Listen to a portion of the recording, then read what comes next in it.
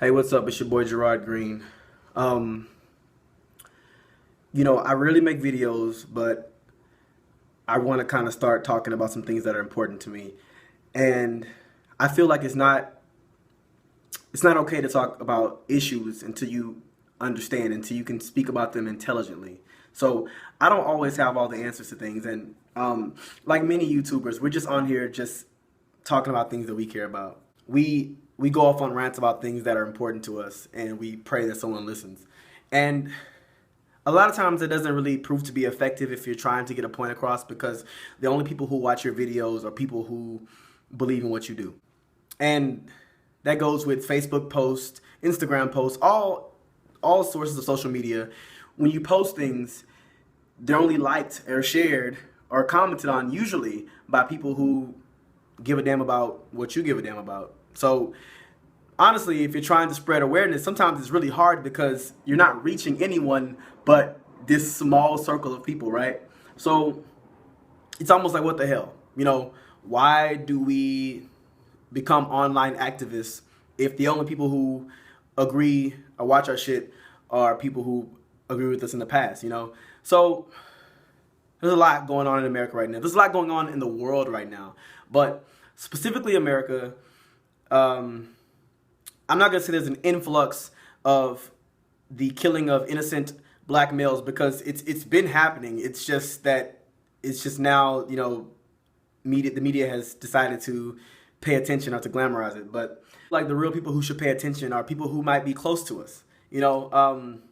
I have friends who don't touch the issue of race and ethnicity or race relations in America. They don't touch that stuff because they believe that harmony and peace are the way to kind of squash what's going on in the country. Now, I agree. Like, I'm all about peace. I'm a man of faith. But I do believe in awareness.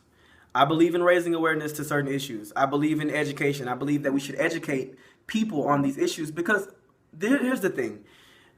In my honest opinion, there cannot be peace until there's understanding. You have to understand what's going on. A lot of times you get the that phrase thrown out, race card. You're playing the race card. Well, sometimes it's hard for me to understand how bringing up an issue on race is playing the race card when we don't even own the deck.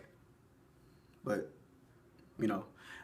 how can we play the race card when we don't own the deck? How can we play how can you know what type of card it is if you don't even understand what's going on? You don't even understand the game. You don't want to understand the game.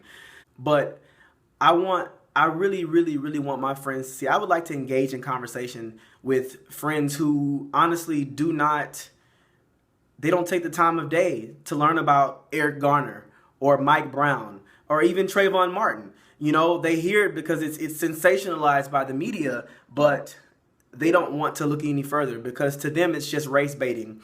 To a lot of my friends that aren't black, they think it's just race baiting. They think that it's just the media's way of distracting us from other things that are going on in the world.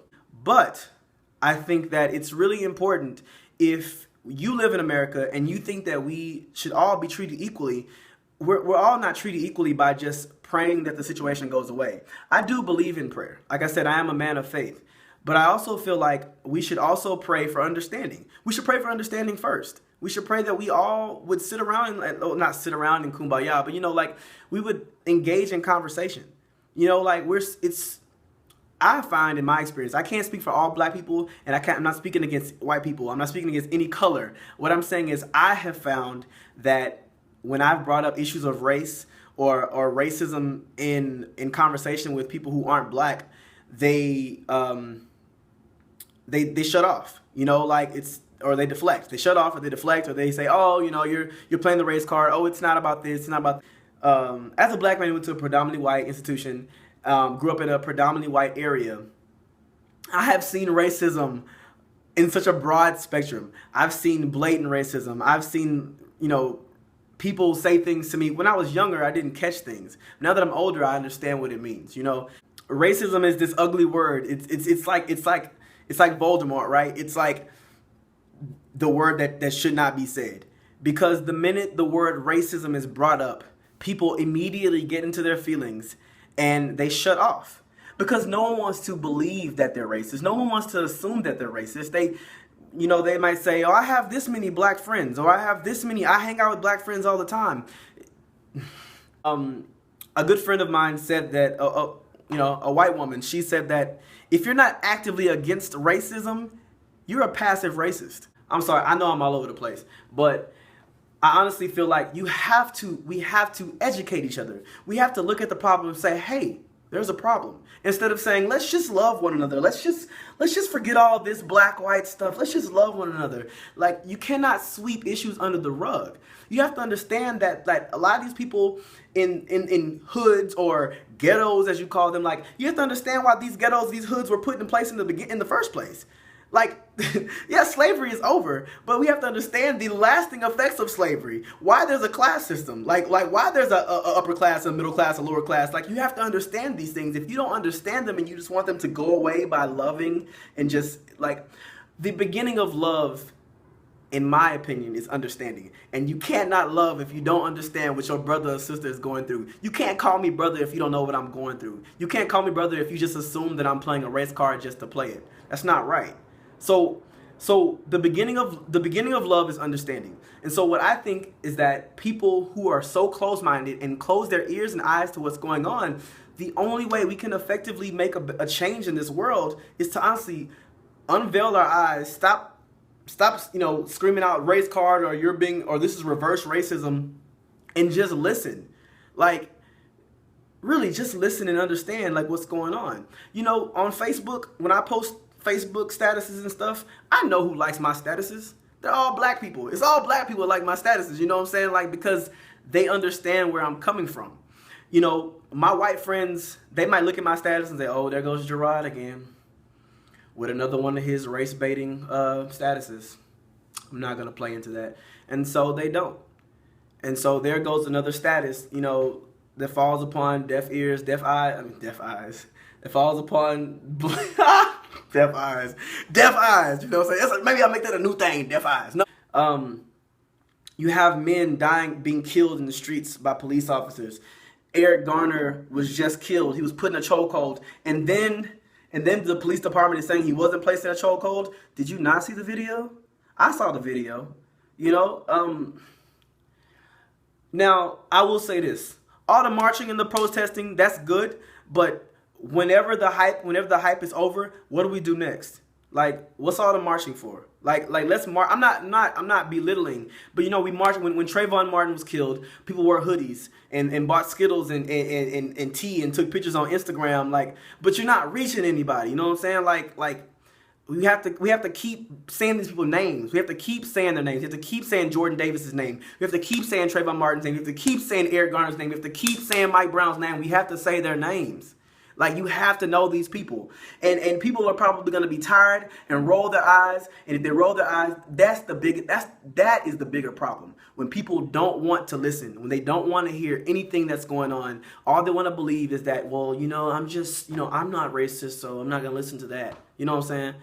And that's what I encounter. I'm not saying it because that's what I think. I'm saying it because it's what I see. There's no amount of news stories that could make me feel this way. I feel this way because I experience it. I experience people not wanting to hear the truth. I experience people who they block out stories about race. They don't want to hear about it. I experience people who might write on my wall, Gerard, why are you always talking about racism? Why are you always trying to put us against one another? No, if you would just listen and understand, like, I just want you to know the stories. I want you to understand that there are people hurting in America.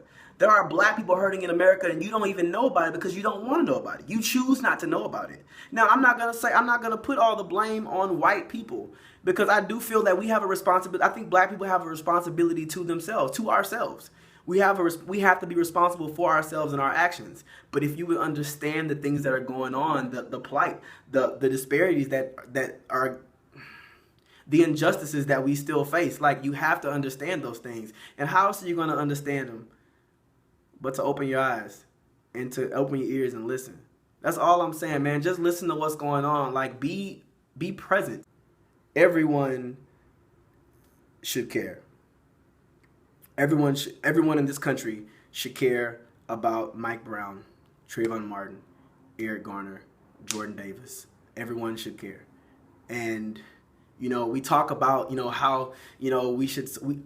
I'm all for our troops who fight for our freedom, but what about the people that are fighting for our freedom right here in America? Like we have certain freedoms in America, but the freedom to walk down the street and not be accosted by a police officer and the fear of getting shot, like we don't have the freedom to walk down the street. Some of us don't feel safe. So who's fighting for us down here? Like, who's fighting for us in America?